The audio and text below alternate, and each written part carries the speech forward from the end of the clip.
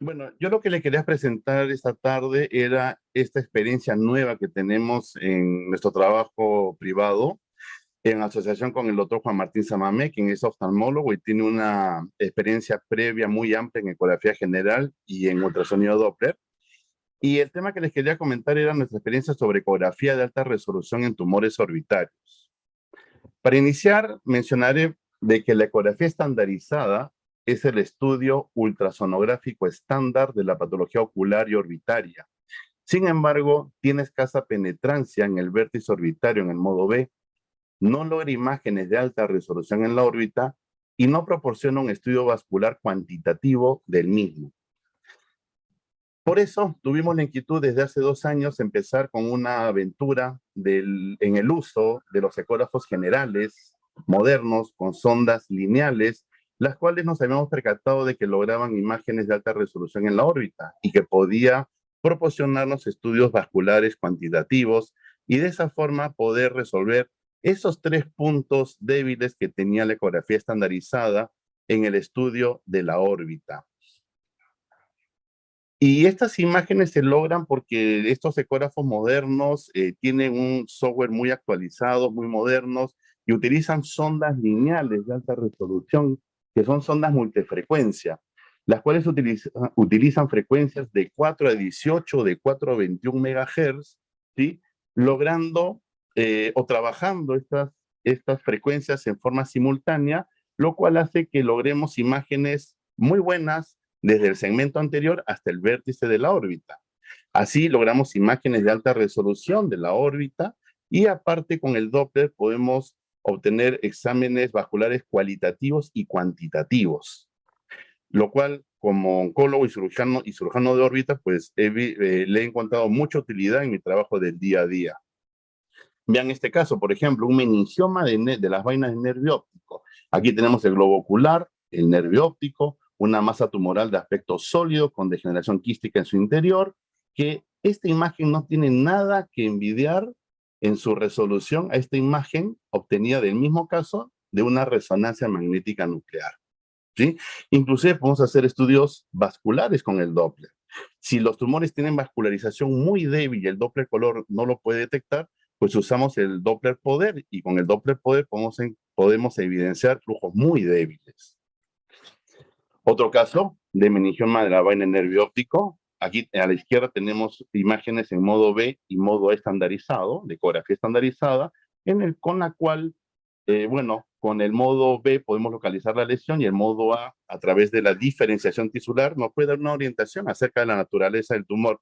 Pero vean cómo este examen de ecografía estandarizada se puede complementar en forma muy eficiente con esta ecografía de alta resolución. Vean cómo en el mismo caso logramos una imagen muy bien definida del nervio óptico, inclusive el líquido cefalorraquídeo de las vainas y la masa tumoral, el meningioma en íntima asociación con el nervio óptico. Y el estudio Doppler nos decía de que habían flujos débiles intratumorales, lo cual nos sirve para que a la hora de plantear hacer una biopsia o una resección tumoral, este dato nos sirve para saber si el tumor va a sangrar mucho o poco durante el transoperatorio. Otro caso, linfangioma, vean las imágenes obtenidas por ecografía estandarizada en modo B y en modo estandarizado. Con esto nosotros tenemos una presunción diagnóstica bastante buena, ¿no?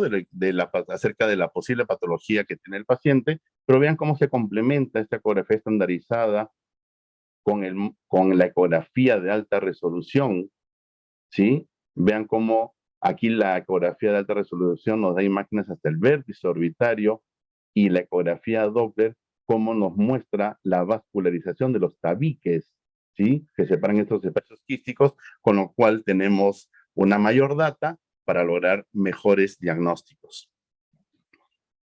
Un caso de glioma nervio óptico, a la izquierda vemos un ecograma obtenido por una sonda de uso oftalmológico, pero vean cómo la ecografía de alta resolución nos da una imagen desde el espacio retrocular hasta el vértice orbitario. Estos equipos nos permiten, si obtenemos el diámetro anteroposterior, el horizontal y el vertical, nos permite obtener volúmenes tumorales y adicionalmente el estudio Doppler. Antes de utilizar esta tecnología, yo nunca había visto una imagen por ecografía del nervio óptico tal como la vemos acá.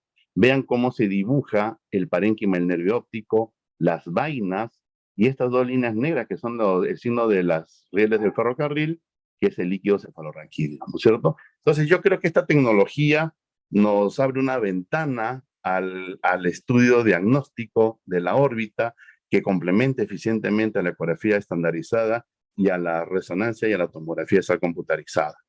Quería presentarles un caso de un paciente varón de 62 años con protrusión del globo ocular izquierdo, tiene una proptosis indirecta en la cual el ojo estaba dirigido hacia abajo y hacia adelante, tiempo de evolución 6 meses, curso progresivo, la agudeza visual de dicho ojo era de 20-50, el ojo derecho tiene una agudeza visual de 42 metros por un problema macular, y al examen se evidenciaba una masa tumoral en la órbita superior del lado izquierdo, de superficie lisa, algo le impresionaba ser remitente, poco móvil, que a la ecografía estandarizada se presentaba con una lesión hipoecogénica y al modo estandarizado una reflectividad muy baja del 13%. Nuestro diagnóstico fue un tumor orbitario izquierdo versus quiste orbitario, ¿sí?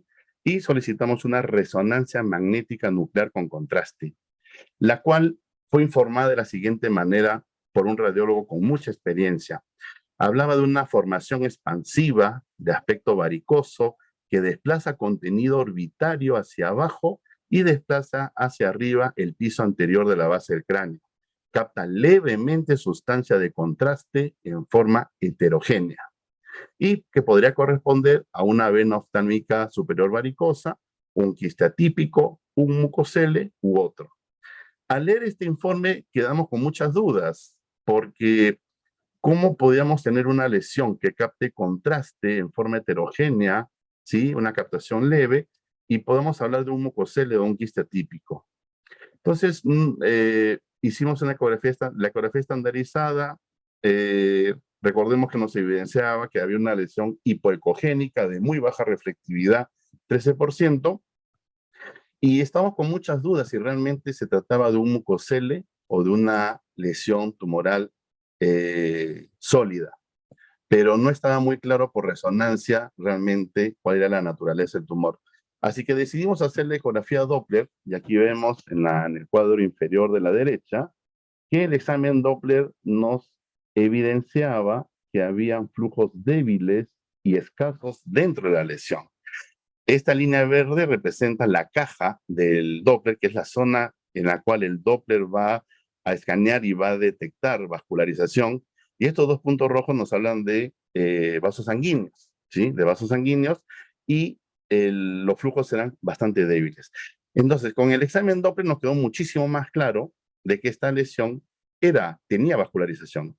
Y si tenía vascularización, pues podíamos descartar la naturaleza quística, mucosele u otro tipo de quiste a nivel de la órbita. Así que con ese diagnóstico se decidió hacer una biopsia escisional de la lesión. Se hizo un abordaje orbitario, se hizo una incisión en la piel, en el reborde inferior de la ceja, se llegó a la masa tumoral, se evidenció que era de aspecto sólido, consistencia blanda, se hizo una biopsia transoperatoria y con el diagnóstico se continuó la cirugía procediendo a una resección total de la lesión.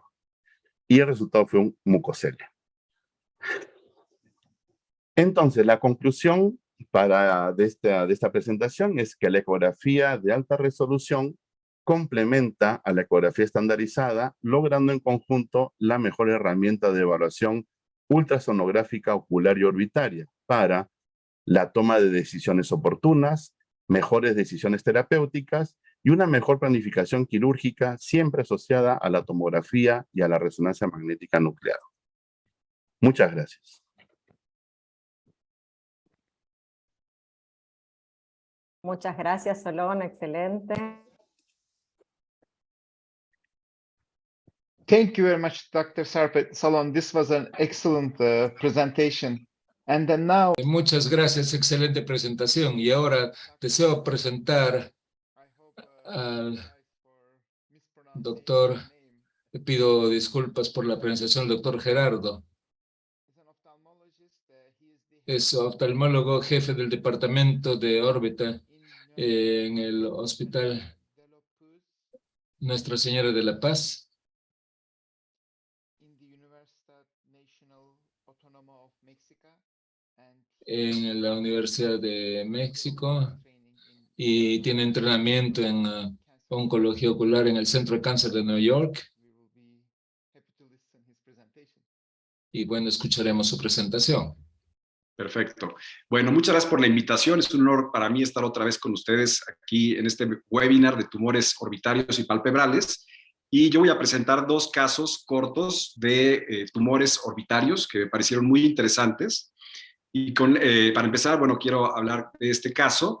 Es una paciente de 66 años de edad que acude al hospital refiriendo diplopia y desviación del ojo derecho de 2 meses de evolución.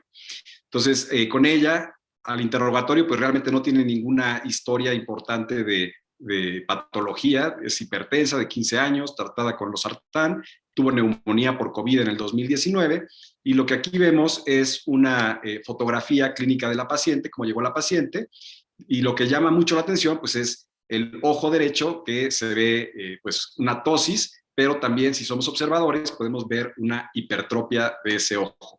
Entonces, también ya poniéndole un poquito más de atención a los detalles, podemos ver una plenitud en el párpado superior. No sé si se ve mi cursor aquí, pero bueno, en esta zona se ve una plenitud a diferencia del párpado contralateral. Y bueno, pues ante esto, lo primero que hacemos es una revisión clínica, donde vemos primero la agudeza visual, que en este caso el ojo derecho tenía una agudeza visual mejor corregida de 20/50, el ojo izquierdo de 20/30.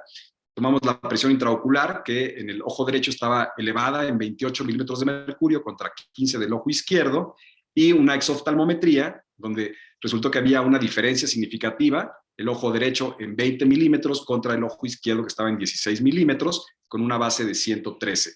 Entonces, ante estos hallazgos, continuamos con nuestra revisión clínica. Vemos aquí el estrabograma. Le pedimos al paciente que vea para arriba, y para arriba realmente no hay un compromiso importante, pero fíjense cómo la mirada hacia abajo está francamente limitada en el ojo derecho. También está limitada la mirada hacia las abducciones, tanto derecha como izquierda, y pues prácticamente en todas las posiciones vemos cierta limitación, aparte de una hiperemia difusa de ese ojo.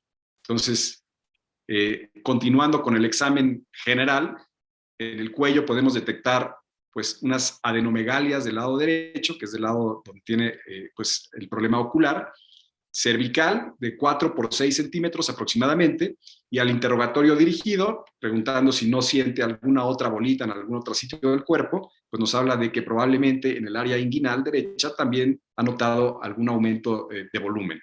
Todo esto se ve bien, ¿verdad? La pantalla. Sí. Entonces, el protocolo de estudio de estos pacientes en el hospital, pues es obviamente continuar hacia la imagen. Nosotros, desgraciadamente, no tenemos un pues, ecógrafo tan bueno como el que acaba de mostrar Solón. Entonces, nosotros generalmente pedimos estudio de tomografía. Aquí tenemos los cortes axiales y coronales y sagitales con ventanas para tejidos blandos, donde podemos observar esta proptosis que ya veíamos y que ya medíamos en el paciente, a expensas de una masa retroocular de características como firmes, heterogéneas, que no refuerzan con el medio de contraste. En el corte coronal vemos que prácticamente ocupa pues toda la órbita, involucrando al nervio óptico, por eso podría ser esta baja visual. Y en este corte sagital vemos que tiene como una forma de triángulo, no es una masa que esté pues amoldándose a los tejidos circundantes, sino que más bien parece una masa firme, por lo que nos da la impresión de que puede tratarse de un tumor de origen epitelial, firme, orbitario, y obviamente pues ante la historia del paciente, los ganglios positivos, pues no podemos descartar una metástasis orbitaria. Ante esto, el protocolo igual de estudio continúa con una biopsia. Entonces se hace una biopsia incisional por una orbitotomía lateral derecha, y aquí obtuvimos tejido de la glándula lagrimal y tejido propiamente de esta masa firme que veíamos en las imágenes. En los cortes de patología, pues vemos estos acinos que confirman que es tejido de glándula lagrimal, y en el corte de la masa vemos esta hipercelularidad. el patólogo sugiere hacer tinciones adicionales para poder llegar a un diagnóstico más preciso, entre los que destaca PD1, que fue negativo, S100 positivo y SOX10, que también es positivo. Y esto nos hace el diagnóstico de un melanoma metastásico de la órbita. Entonces, vamos nuevamente con el paciente, hacemos otra vez una revisión exhaustiva y ya mucho más enfocada, y vemos aquí en la planta del talón del lado derecho esta lesión que es, pues corresponde a un melanoma primario, ¿no? Entonces, pues el plan con este paciente fue referirlo a oncología médica para su tratamiento sistémico. El segundo caso es una paciente de 55 años que acude porque presenta dolor en la hemicara izquierda. Este dolor es intermitente, también hay diplopia, especialmente en los movimientos oculares, una diplopia vertical. Y lo que llama la atención es un enoftalmos importante del lado tratado, del lado izquierdo. Como antecedentes, nos hablaba de que se había aplicado en esa región en el 2017 un relleno facial que más o menos correspondía con la fecha de inicio de los síntomas, y le habían realizado una blefaroplastia inferior y tenía datos de sinusitis crónica. Entonces, a la agudeza visual, pues tiene buena agudeza de los dos ojos, 20/20, con la mejor corrección. A la exoftalmometría también vemos una diferencia significativa de 2 milímetros en el ojo izquierdo, la presión intraocular en límites normales, y los movimientos oculares están, como vemos aquí en este esquema, limitados de 2 cruces hacia arriba y una cruz hacia la abducción. El ojo lo vemos en hipertropia, aunque podemos realmente ver que más que una hipertropia, pues el globo ocular izquierdo está descendido, es un hipoglobo, y bueno, al fondo de ojo realmente no vemos ninguna otra alteración. Entonces, ante esta situación, pues hacemos unos diagnósticos diferenciales con los antecedentes de la sinusitis, este descenso del globo ocular, pues probablemente un síndrome de seno silente, contra algunos otros como un tumor de la glándula lagrimal, que nos estuviera generando este desplazamiento del globo ocular, o una enfermedad inflamatoria idiopática por el dolor, contra una respuesta a cuerpo extraño con el antecedente de que le inyectaron probablemente algún relleno que no sabíamos en ese momento de qué había sido. Entonces, igual el protocolo de estudio incluye imagen, tomamos tomografía, donde observamos pues en los cortes más superiores una masa o un aumento aquí de volumen que realmente no se define claramente. También vemos como la glándula lagrimal probablemente también está siendo involucrada. En los cortes coronales podemos apreciar que realmente no está bien localizada esa imagen, sino que está realmente englobando prácticamente el globo ocular. Es una lesión 360 grados periférica, difusa, que se está amoldando a las estructuras adyacentes. No vemos datos de osteólisis ni de indentación del globo ocular, y eso lo vemos hasta en los cortes más posteriores. Entonces, lo mismo, hacemos una biopsia para poder determinar el origen de esta masa mal delimitada, y tomamos glándula lagrimal, tomamos tejido orbitario. En este caso, como no había una sola lesión, pues tomamos diferentes fragmentos de los diferentes tejidos que íbamos encontrando, entre ellos pues también grasa, glándula lagrimal y tejido orbitario perilesional. Entonces, ante esto, el patólogo nos sugiere un probable diagnóstico de carcinoma metastático mucosecretor, y nos pide hacer un estudio un poquito más amplio con inmunohistoquímica, al cual accede el paciente. En este caso se realizó anticuerpo EMA, se realizó CKAE1 y AE3 y GATA3, lo que todo salió con células epiteliales neoplásicas 3 cruces, con testigos adecuados, y nos da un diagnóstico final de pues un carcinoma metastático invasor de glándula mamaria.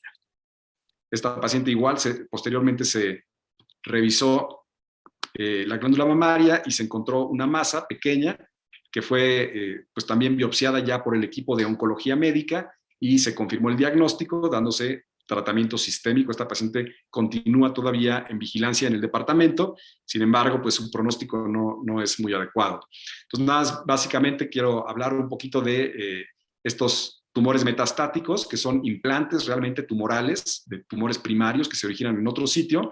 Las metástasis son características de tumores malignos, esto no lo vemos en otros tipos de tumores, en tumores benignos, y es la consecuencia de la infiltración de estas células a los vasos sanguíneos, venas o arterias, especialmente cuando hablamos de sarcomas, a los vasos linfáticos, si lo que tenemos es un carcinoma, y a las cavidades cuando tenemos tumores invasores que crecen por contigüidad. Los ganglios regionales a veces pueden funcionar como una barrera de detención a esta diseminación sistémica, y generalmente las metástasis pues están presentes hasta en un 30% al momento del diagnóstico de este carcinoma primario en los pacientes. Hablan de un mal pronóstico, ¿no? Tenemos factores del tumor y factores del huésped, como vemos aquí en este esquema, donde se ve este tumor primario que está invadiendo la membrana basal, está llegando a la matriz extracelular y está penetrando a un vaso sanguíneo, y tiene diferentes factores, receptores, etcétera, que le ayudan a pasar inadvertido a las células inmunológicas como los linfocitos. Generalmente se pueden agregar en células y en plaquetas, y de esta forma hacen como una especie de escudo que evita que el sistema inmunológico lo reconozcan, y eventualmente llegan a algún sitio, que esto no se sabe todavía por qué están estas células llegando a un órgano específico y no a otro, y de ahí se empiezan a desarrollar. Entonces, esto es todo un proceso que implica, pues, primero la separación de esas células malignas de la masa tumoral, y esto se habla de principalmente la función que tienen las caderinas E. Luego, estas células tienen una función de fijación, que también se han descrito algunas proteínas como las lamininas, de degradación de la matriz extracelular, que esto aquí juegan un papel importante las metaloproteinasas, los factores de crecimiento, y finalmente, bueno, la migración de estas células, que también hay factores de motilidad, de colágeno, de lamininas, que pues ayudan a estas células a escapar de sus sitios primarios. Se diseminan por vía vascular, sobre todo los sarcomas, como ya hemos visto, y ayudados de este escudo de plaquetas que generalmente pues se pueden adherir gracias a un receptor, el CD44. Y bueno, finalmente, esta es una relación no lineal, sucede en diferentes momentos, y pues es lo que predispone a que se generen estos tumores metastásicos. Entonces, ya como conclusión, las metástasis pues es la principal causa de letalidad y falla al tratamiento de los tumores. Tienen una amplia variedad de presentación, entre las que se pueden incluir, sobre todo a nivel orbitario, la proptosis con baja visual, con dolor y con tosis. Entonces, siempre que vean un paciente con estas características hay que ir un poquito más allá.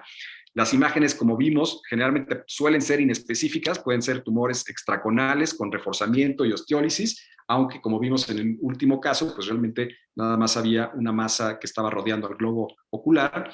Y bueno, su manejo siempre será sistémico, multidisciplinario, y el diagnóstico pues es siempre también histopatológico. La supervivencia de estos pacientes a largo plazo generalmente suele ser pobre. Entonces, pues es un diagnóstico que hay que tener altamente en consideración. Muchísimas gracias.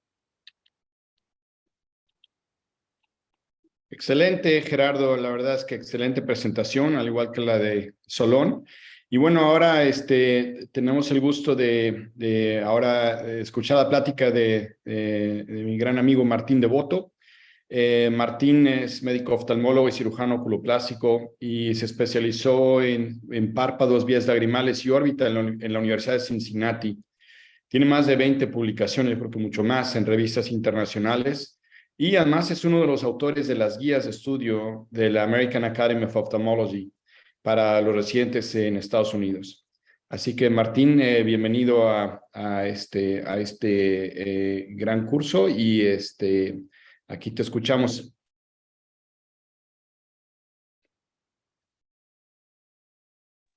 Ahí está, ahí me autorizó a desmutearme. Gracias, Jorge, gracias por la invitación. Muy interesantes los casos, no sé si después los discutimos o no, etcétera. Vamos a seguir adelante, así... espera, tengo que share content, screen, ahí va. Y lo que voy a necesitar es que me confirmen si se ve. Vamos a presentar un caso de un tumor en un músculo extraocular. ¿Se ve lo que estoy pasando? Muy bien. Se ve muy bien. Entonces avanzo, gracias. Bueno, Este caso lo presento porque es interesante o relativamente infrecuente en el manejo, requirió cierto pensamiento y lo voy a compartir con ustedes, y lo que vamos a tratar es de hacerlo algo interactivo, así no es solo una presentación. Entonces yo le voy a preguntar en algunos momentos qué harían, etc. Esta es una paciente que a los 54 años se presentó con una elevación no dolorosa en su ojo izquierdo de 3 meses aproximadamente desde que lo notó. Creo que una de las hijas le dijo que notaba que tenía el ojo como que se le desviaba. El examen oftalmológico esencialmente normal y la motilidad normal, como pueden ver, pero en la foto esta donde se ve acá arriba, fíjense que este ojo, al estar desplazado un poquito hacia arriba, parecería que excursiona más que el otro. Acá sí se ve en un plano donde podemos apreciar una relativa proptosis en el lado izquierdo. Entonces, de entrada pedimos imágenes, en realidad la paciente ya traía las imágenes y nos pusimos a mirar estas resonancias magnéticas, donde se empieza a ver que tiene un recto inferior izquierdo aumentado de tamaño, y estos son los diferentes cortes que la paciente traía, donde hasta acá en realidad yo no podía distinguir nada adentro de esta estructura. Era algo que alteraba la forma normal del músculo extraocular comparado con los restantes músculos. Acá hay distintas imágenes, como pueden ver, y en todas más o menos lo mismo. Tal vez en esta, acá, se alcanza, lo voy a pintar un poquito, se alcanza a ver una hiperintensidad un poquito distinta. Esto se los digo porque ya sé las fotos que vienen, pero era muy difícil de darse cuenta en esa. En un corte sagital se puede ver acá la ubicación del tumor o del agrandamiento de este músculo recto inferior. Y tal vez la imagen más interesante. Entonces, lo que está diciendo es que esta es la imagen interesante porque acá parece haber una densidad distinta en esta zona del músculo de lo que es esta zona. Entonces ahí uno empieza a pensar diferentes cosas. Este es un artículo interesante de revisión de hace bastantes años, pero que sigue siendo muy vigente. Entonces uno piensa, bueno, cosas inflamatorias podría ser, pero alejada por el dolor, no tiene nada parecido a algo vascular. Sí empieza a orientarnos a algo neoplásico, ya sea primario o metástasis o alguna cosa similar. No hay nada que nos sugiera que esto puede ser infeccioso, ya que no hay antecedentes ni imágenes en los senos paranasales. Podría ser algo de depósito, pero es muy raro que ocurra en un solo músculo. Tampoco hay antecedentes traumáticos ni iatrogénicos, esto no es congénito. Así que empezamos a pensar un poquito que esto es una masa, ya sea de otro lado o primaria del músculo. Ahora, este algoritmo me pareció interesante a la hora de pensar esto, donde uno, cuando tiene agrandamientos que presume que son no tiroideos de un músculo, tiene que pensar en si afecta múltiples músculos, y en forma irregular vamos a pensar en neoplasias, amiloides, linfomas, etc. Agregaría acá una metástasis de melanoma como presentaron antes, porque pueden ser múltiples músculos e irregular. Cuando es múltiples músculos y las imágenes son homogéneas, hay que pensar en estas otras causas. Y en nuestro caso, que es un solo músculo, pero que no es regular, que es regular la imagen o que es homogénea, pensar en afectación unimuscular de una orbitopatía tiroidea muy frecuente en esta presentación, sin retracción, sin nada que lo secunde, una hemorragia que no parecía ser, y entonces ya nos vamos quedando con metástasis de algún tumor o algún tumor primario. Entonces, en este punto, ya les adelanté la foto, decidimos que para avanzar con este caso necesitamos tomar una muestra de tejido. Y acá la parte interactiva que quería hacer, es cómo abordarían esto esencialmente, cómo encaran este agrandamiento del músculo. Si quieren opinar ahora o lo discutimos después, como ustedes quieran. No sé qué tan dinámico se puede hacer entre todos o lo dejamos para más adelante. Bueno, ya que preguntaste, y aquí contesto rápido. Yo lo que haría es lo que le llaman el swinging eyelid approach. Yo lo haría así, pero porque yo no tengo tanta experiencia con los músculos. Y si no, al acceder a el recto inferior por el swinging eyelid. Creo que tiene una muy buena visión de exactamente en qué parte hacer la biopsia. Bueno, esa es una opción. Bien, es opción. perfecto. Bueno, hice algo parecido, porque yo, y al igual que vos, en casi los mismos años de práctica, desde el 95 haciendo oculoplástica, no son tantas las veces que me ha tocado biopsiar un músculo extraocular. Entonces, lo que hice fue, sin swinging eyelid, lo primero que hice fue, dije, bueno, lo que necesito hacer para llegar a este lugar es primero exponer el músculo y tenerlo bien agarrado. Lamentablemente quise acelerar este video, pero no pude, pero lo voy a mostrar cortito.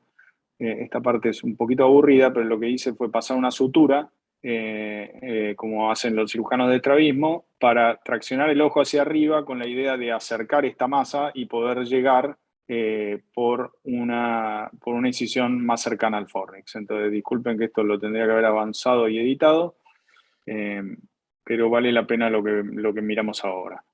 Entonces ahí, traccionando el ojo hacia arriba, sin hacer una cantotomía en este caso, entramos más cerca del reborde para hacer una entrada. Como la masa yo la veía temporal al músculo, quise entrar temporal al músculo, que es lo que estamos haciendo, ahí con 2 retractores de Zual. La realidad es que terminó siendo un poco más fácil de lo que yo pensaba, porque apenas empezamos a disecar, apareció esta masa de aspecto totalmente diferente a las estructuras normales. Encontramos un material razonablemente distinto para biopsiar, y en aras de la noche que es, voy a dejar esto acá y les voy a mostrar qué encontramos. Por supuesto que yo no entiendo nada de la hematoxilina y iosina, espero que todo el resto tampoco, salvo los patólogos, pero el CD34 y el CD99 fuertemente positivos, que son marcadores característicos del solitary fibrous tumors, o tumor de solitario fibroso. Entonces, lo que hicimos con esta paciente fue hacer una revisión sistémica que dio negativa para otros sitios de ubicación de esto, y entonces diagnosticamos un tumor fibroso solitario primario de la órbita. Este tumor, para volver rápido un poquito la revisión, que es un tumor que hoy en día lo diagnosticamos bastante frecuentemente con la inmunistoquímica, se diagnosticó inicialmente en la pleura en 1942. El primer reporte en la órbita es relativamente reciente, desde la época en que Jorge y yo empezamos a hacer nuestras aventuras orbitarias, hace muy poquito. Y bueno, y después empezaron a aparecer muchísimas publicaciones, y eso es en realidad porque lo que se vio es que había una diferente nomenclatura para cosas que eran bastante parecidas. Entonces, en esta revisión que se hizo en el Armed Forces Institute of Pathology, lo que hicieron fue agarrar 16 hemangiopericitomas, 9 histiocitomas fibrosos, 14 tumores mixtos y 2 angiomas gigantes, los reestudiaron con inmunistoquímica y todos se reclasificaron como tumor fibroso solitario. Entonces, lo que quiere decir es que anteriormente a darse cuenta que el CD34 y el CD99 eran fuertemente positivos, estos tumores tenían distinta entidad según qué patólogo los vieran, eran difíciles de diagnosticar, y hoy en día es más fácil el diagnóstico con estas herramientas. Este tumor es considerado un tumor de grado intermedio, que tenemos que hacer una revisión sistémica antes de hacer la extirpación completa. Y acá va a venir otra de las cosas que vamos a preguntar ahora al panel, sobre todo de Jorge. Bueno, una de las cosas que da mal pronóstico es que sean mujeres en mitad de mediana edad y con patrón heterogéneo, que no era este el caso. Y toda la literatura lo que recomienda es la extirpación completa. Y acá venía el segundo problema en el tratamiento de esta mujer de 54 años, con una cara de aspecto normal, con una vida normal, que trabaja, donde tenemos que hacer una extirpación completa que está localizada en un músculo extraocular. Entonces, siguiente cosa, ¿cómo hacemos con este caso? Difícil de nuevo. Jorge, te me fue tu imagen, pero espero que no te hayas escapado de la pregunta, porque fue algo medio difícil. Bueno, Medio el mismo, supongo que dirías el mismo abordaje que la biopsia, pero tratá de sacarlo todo. ¿Adivino tu pensamiento? Sí, exactamente. Lo único que haría diferente en este caso es, yo no soy estrabólogo, pero definitivamente desde el principio trataría de integrar a un estrabólogo en la decisión de cómo abordar para quitar todo el músculo y afectar lo menos posible, ¿no? Porque obviamente al quitarlo, pues el paciente va a estar con una hipertrofia impresionante. Y, Sí. y bueno, sí, es un caso extraordinariamente difícil, ¿no? Porque no puede uno dejar células, porque eso es lo que puede Claro. acarrear problemas. Entonces, ahí... Exactamente. Siendo un tumor benigno, hay que extirparlo todo, pero la idea es tratar de no lesionarlo. Y si no, después enviárselo al estrabólogo para que arruine nuestro lío. Sería el resumen. Para que arregle nuestro lío, digo. Sí, difícil, ¿eh? Muy difícil Bueno, acá sí hice un adelantamiento de la cirugía porque me pareció de nuevo interesante. Dije, yo como muy elemental dije voy a entrar por el mismo camino que por lo menos antes lo vi, espero poder verlo y sacarlo. Entonces le voy a dejar algunas imágenes porque fue una cirugía linda que por suerte la pudimos grabar. Entonces lo que pensé es voy a tratar de seguir el músculo sano hasta encontrarme algo que sea diferente. Es muy básico mi pensamiento. Entonces ahí fuimos esto está hecho todo con microscopio de entrada para poder ver bien y tratar de diferenciar algo. La cuestión es que al principio fue bastante lindo la disección. Ven que enseguida encontramos un lugar donde se ve claramente a la izquierda de la pantalla acá, no sé si esto se ve, un poco distinto de color, distinto, parecido al que habíamos tomado de biopsia. Y acá estoy viendo, porque tomé el músculo antes, que podemos diferenciar algo de músculo versus masa. Entonces dije, bueno, vamos a seguir para atrás, despacito así, y a ver hasta dónde llegamos con este enfoque. Ahí se viene un poquito de grasa orbitaria, vamos poniendo diferentes disectores. Acá paso un poquito a la parte temporal de la masa. Fíjense que se diferenciaba muy bien, por lo menos en coloración, de la grasa orbitaria. Así que seguí tratando de separarlo y hacerlo con todo el cuidado posible para que sangrara lo menos posible y poder diferenciar músculo de masa. Van a ver un par de cositas interesantes más, porque esto es casi lo más divertido de este caso. Fíjense, hay una vena vorticosa apareciendo ahí, complicando un poco toda la disección. Y a medida que nos fuimos profundizando, fui separando ahí con disectores romos. Este es un disector de Freer, pero la idea es que tenga un lado romo y tratar de ir como separando, si es que podemos conseguir un plano de disección de la masa con el músculo. Entonces ahí estamos tratando de lograr eso. Como ahí no encontraba tanto, me fui por afuera, tratando de separar la parte temporal, que ahí sí se diferenciaba bastante bien. Por ahí tengo una herramienta interesante que es este palito de golf que me regaló una vez Guillermo Salcedo y que me sigue encantando para hacer estas disecciones porque tiene un poquito de filo y ahora van a ver qué otra cosa linda se puede hacer con ese disector. Acá ya la cirugía se empezó a hacer levemente menos prolijita porque era difícil mantener lo que se presumía como una cápsula intacta. Pero la realidad es que fuimos disecando con mucho cuidado, lo más posible. Y acá viene el papel de este palito de golf, que uno puede como enganchar tejido y después cortarlo de esta manera con un monopolar. Siempre hay que evitar tener contacto con el borde del párpado, pero podemos ir como separando estructuras que presumimos que van a sangrar y hacer la disección lo más cuidadosa posible, tratando de sacar todo esto que ahí van viendo que un poquito se fue deshaciendo, pero esencialmente acá estamos por el final de la disección. Sacamos prácticamente toda la masa, tratando de separarla bien del músculo que quedó tomado acá por la sutura. Acá, este sería el músculo. Y haciendo mucha hemostasia en la parte final, porque me ha tocado sacar estos tumores y que el último vaso empiece a sangrar como loco. Entonces, cuando ya estoy por sacar las últimas partes, me aseguro que los pedículos que pueda tener ahí, fíjense cómo enseguida ese estaba sangrando, para que no quede nada que se retraiga demasiado, pero ya a esta altura sabemos que la batalla por lo menos está moderadamente ganada. Entonces ahí sacamos esto que está bastante intacto y creo que quedó el músculo bastante bien también. Entonces ahí revisando a ver si no había quedado nada, la verdad que se veía todo en orden, terminó la cirugía. Esto fue a los 2 meses de seguimiento, 2020, sin diplopia en la posición primaria de la mirada, pero con diplopia en la mirada hacia arriba. Fíjense en esta foto como este ojo le cuesta subir.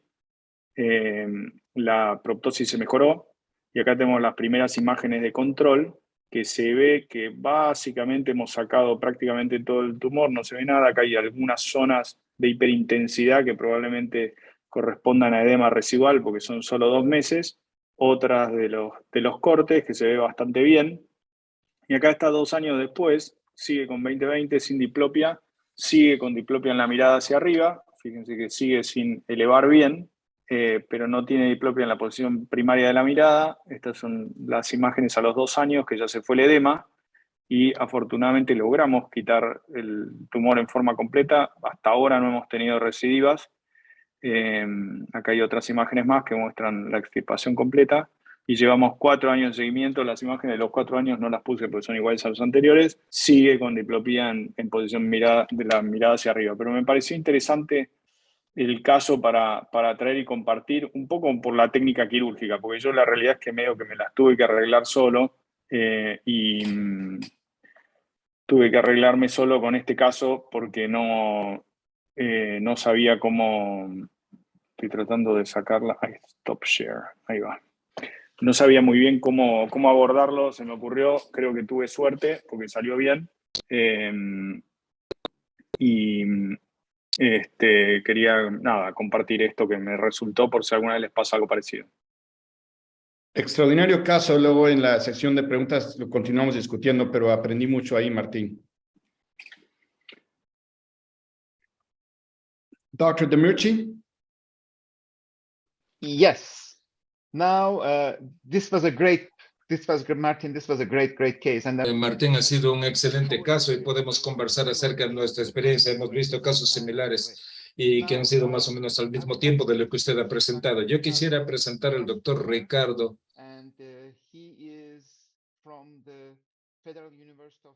Que viene de la Universidad Federal de San Pablo y miembro de la Sociedad Brasileña de Oncología Oftalmológica, coordinador en un Hospital Bianco de Olhos en Porto Alegre y profesor asociado de oftalmología en la Universidad Federal de Ciencias en Porto Alegre también.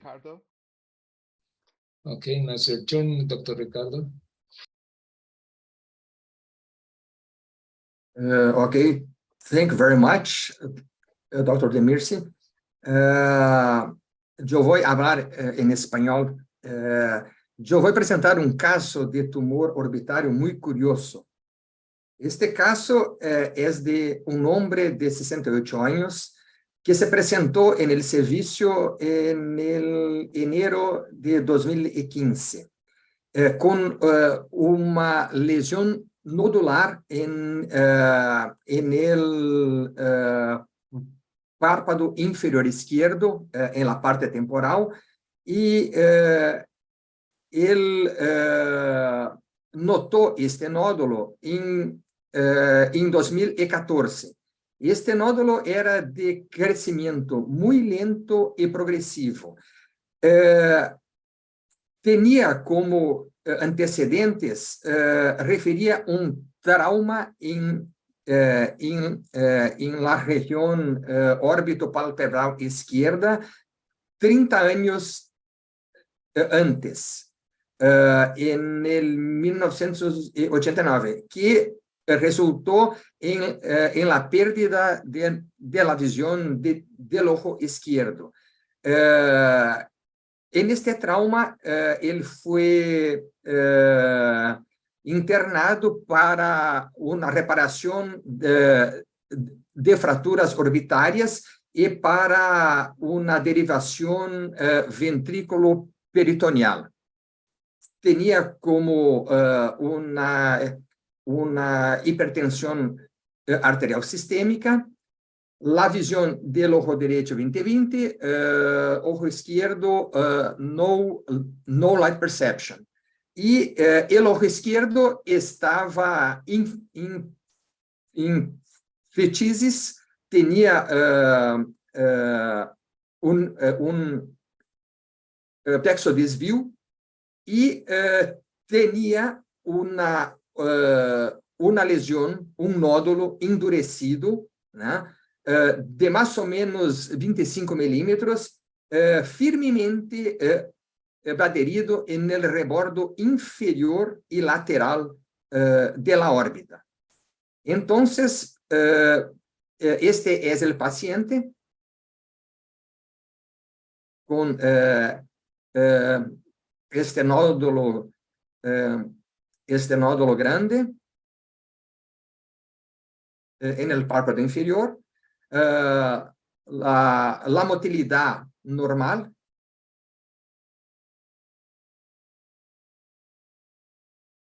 y se puede reparar aquí este nódulo endurecido. Entonces, en la tomografía se veía una masa anterior bastante grande, y se veía calcificaciones. Aquí una secuela de la fractura en el piso,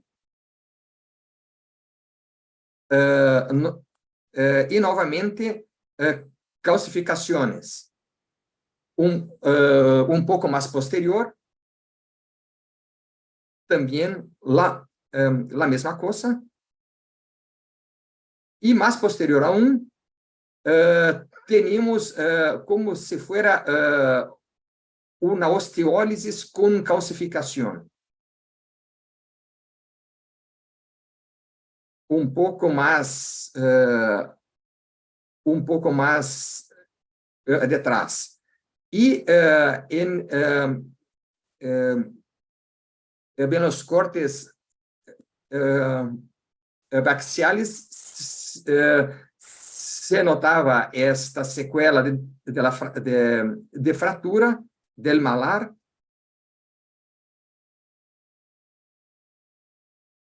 y a masa bastante anterior. También se percibía una fractura de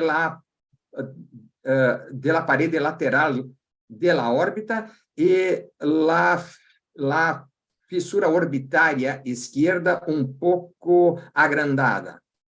Y aquí en el techo de la órbita había una ausencia de oso, posiblemente por cuenta de esta fractura 30 años antes, como ustedes pueden ver aquí.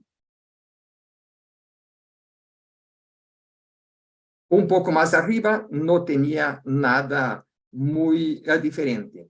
En 15 de octubre de 2019 se programó la cirugía, que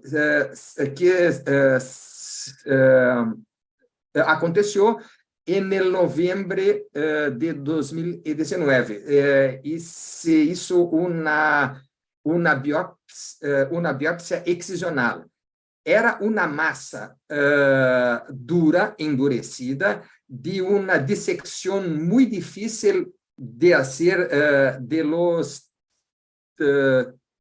tejidos blandos, firmemente adherida al rebordo orbitario inferior y lateral. Aquí está el párpado abierto, el rebordo orbitario, y la masa estaba aquí, bien aquí. Esta es la masa, y macroscópicamente se notaba unas partes blancas, posiblemente relacionadas a las calcificaciones aquí.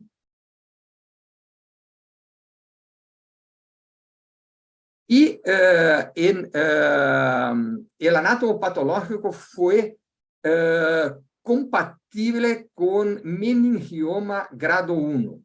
Y me pareció extraño como un meningioma estaba en la parte anterior de la órbita. Aquí está la histología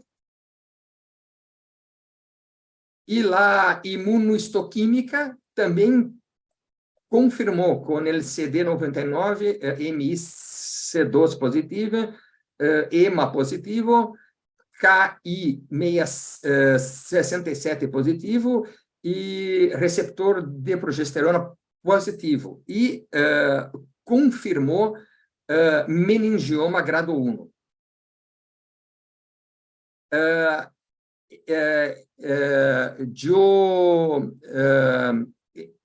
Este paciente consultó en el último año, hace 5 meses, hace 6 meses, y no había señales de recidiva. Entonces, yo no tengo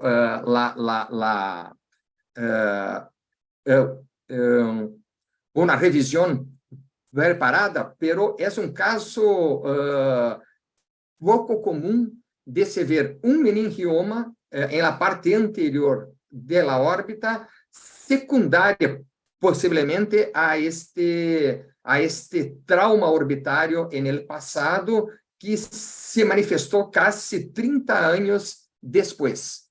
Entonces, es un caso que nunca tenía visto. Yo vi meningioma de la vaina del nervo, como doctor Solon mostró,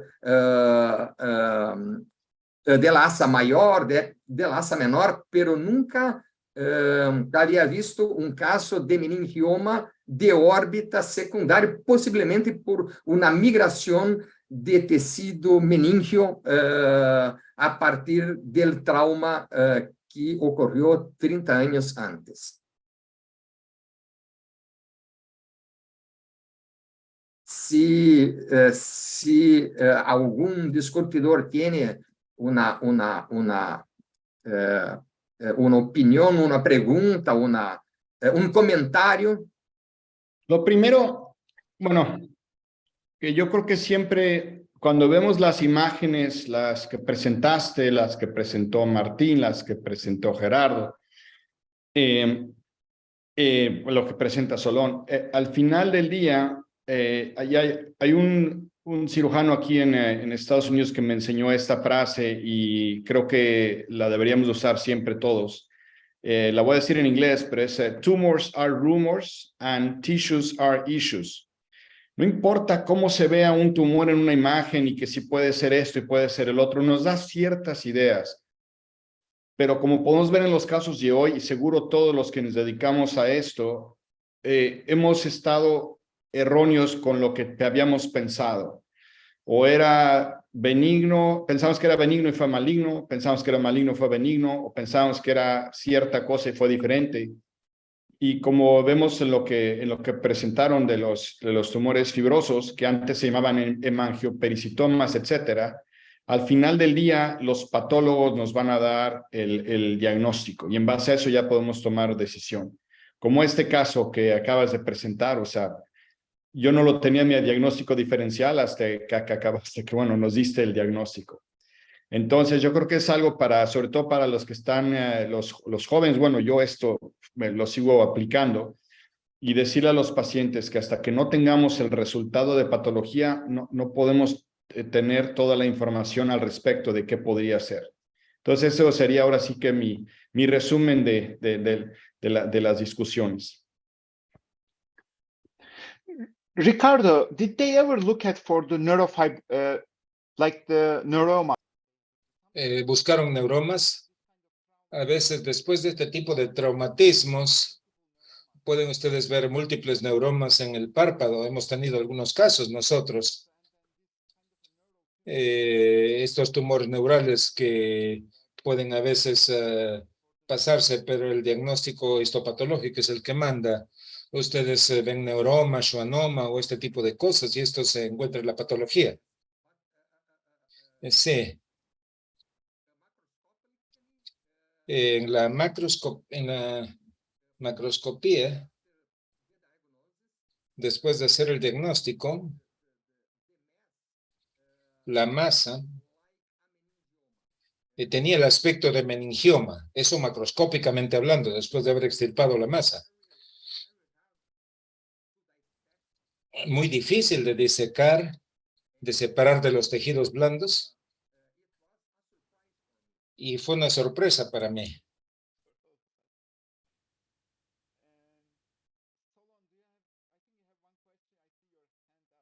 Solón, veo su mano levantada. ¿Tiene usted una pregunta?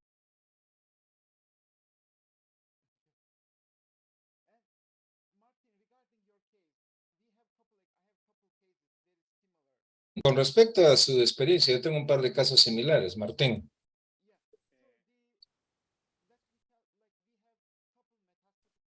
Tenemos un par de casos de metástasis hacia el músculo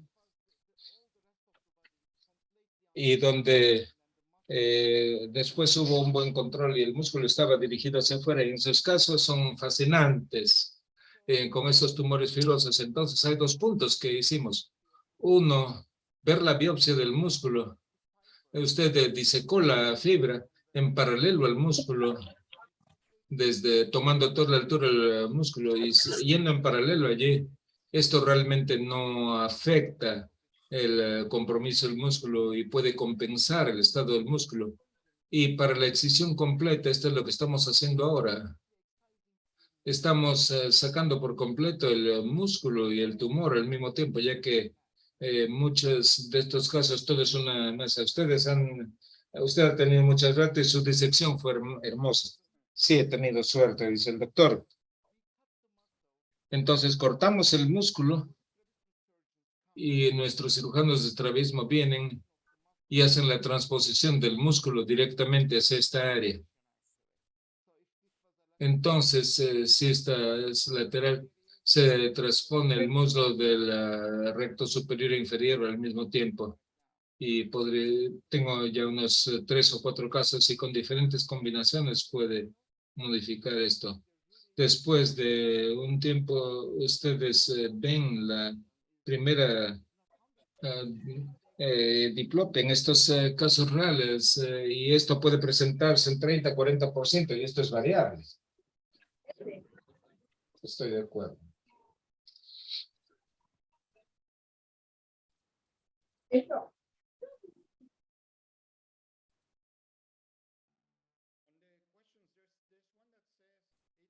En las preguntas, una de ellas hace referencia a la amputación del neurofibroma. No estoy tan seguro de lo que se quiere decir. Si la persona que ha hecho la pregunta podría ser más específica en esa pregunta. Okay, Solón, please, you raise your hand. Quería comentar con respecto al caso del doctor Ricardo, que nosotros tuvimos un meningioma de la pared medial de la órbita. Era un meningioma que medía 1 centímetro de diámetro aproximadamente, y no supimos lo que era hasta que lo resecamos y lo enviamos a patología. Así que en este caso se hizo un abordaje transconjuntival, transcaruncular, y se retiró en forma completa la lesión. Pero no había ningún antecedente previo de trauma. Y una pregunta que quería hacerle a Martín. Martín, tú cuando abordaste este caso, las imágenes no me acuerdo si era tomografía o resonancia, ¿te daban la impresión de que era un tumor que comprometía intrínsecamente el recto inferior o habías discriminado de que era contiguo al músculo recto inferior? La mayoría de las imágenes no permitían ver nada, solo un agrandamiento, pero mostré una amplificada que lo que se veía era que por lo menos el tumor estaba en la parte temporal. Entonces lo que quería, yo empecé así para la biopsia, por dónde ir y qué tomar, dónde tomar. Entonces me pareció que la parte más parecida al músculo original estaba nasal y la parte tumoral era la que estaba temporal. Entonces entré del lado temporal para la biopsia. Y cuando traccionaste el músculo y llevaste el ojo hacia arriba, ¿había una restricción o se movilizaba el ojo de forma efectiva? Se movilizaba bien y de hecho en el examen preoperatorio la paciente tenía excursiones en todas las direcciones totalmente normales. No era una masa que generaba restricción. Buena pregunta esa. O sea que podía haber uno inducir ahí de que no era intrínseco del músculo, ¿no es cierto? Pero que había la duda por las imágenes. Claro, sí, supongo que sí. Ahora que lo mencionás, no lo había pensado, pero el hecho de que no tenga restricción podía hablar de que el músculo estuviera intacto y esto estuviera contiguo. Parecía como dentro de una cápsula que abarcaba el músculo también, como si estuviera dentro de la vaina del músculo. Eso es lo que yo pensé, pero sí, ahora que mencionás lo de la función, sí, es una conclusión que yo no había llegado, pero que tiene mucha lógica. Lindo abordaje que hiciste. Sí, muy Gracias. lindo. Gerardo, creo que tienes una pregunta. Sí, gracias, Jorge. Quería preguntarle a Solón, Solón, ¿tú nada más estás haciendo ultrasonido o para, por ejemplo, planear una cirugía, complementas con tomografía o ya exclusivamente con estas superimágenes que nos mostraste ya puedes hacer el diagnóstico y la planeación de la cirugía? O sea, ¿lo documentas de alguna otra forma o ya te quedas con esas imágenes? No, hay dos puntos aquí que hay que tomar en cuenta. La tomografía y la resonancia tienen su lugar y son inamovibles, son herramientas muy valiosas. Yo creo que este tipo de sondas de ecografía de alta resolución, digo alta resolución porque las imágenes son de muy buena calidad, no porque usamos alta frecuencia de ultrasonido. Son un buen complemento, porque podemos, si uno planifica, por ejemplo, una biopsia, una resección tumoral, el Doppler te sirve para saber si el tumor va a sangrar mucho o poco en el transoperatorio. Yo he visto esto y me ha servido como guía para estar prevenido. También me sirve habitualmente para terminar la consulta del paciente nuevo que veo para tener un dato más. Antes de tener la resonancia o la tomografía, ya tengo imágenes de alta resolución de la órbita y tengo un panorama más amplio de lo que puede tener el paciente. Pero sí me ayuda más a tener una mejor planificación quirúrgica. Sí. Entonces sí lo complementas, por decirlo, con las imágenes tradicionales. Y algo que me pareció alucinante en esta aventura de estos nuevos equipos es que estos equipos te hacen algo que se llama fusión. Introduces un CD de tomografía o resonancia en el ecógrafo y la pantalla te fusiona la imagen de la tomografía con la ecografía que estás haciendo en tiempo real y las imágenes se mueven en forma simultánea. Eso lo están usando para biopsias de próstata, para hígado, para páncreas y estoy alucinando si esto nos puede servir en órbita. Así que la ventaja sería tener tomografía con Doppler. Me parece que puede ser interesante. Pero bueno, nadie lo está usando en oftalmología hasta donde tenemos entendido y ahí está la tecnología actualmente y tal vez pueda ser útil en patología de órbita. Eso lo veremos en el futuro. Excelente. Bueno, muchas gracias a todos. En cuestión de tiempo vamos a dar finalizado este primer webinar de la Sociedad Panamericana de Oncología Ocular. Agradecemos de parte de la comisión a todos los disertantes, a los moderadores y a todos los presentes y a la Sociedad Peruana, obviamente, de Oftalmología. Así que bueno, muchísimas gracias a todos y los invitamos a nuestro segundo webinar el martes 13 de junio sobre tumores de conjuntiva. Así que bueno, nuevamente gracias a todos, buenas noches. Buenas noches, muchas gracias. Todos. Buenas noches, muchas gracias también. Gracias. Adiós. Excelente todo. Gracias. Un abrazo. Great cases. Yeah, great cases. Great. Thank you. Thank you. Thank you.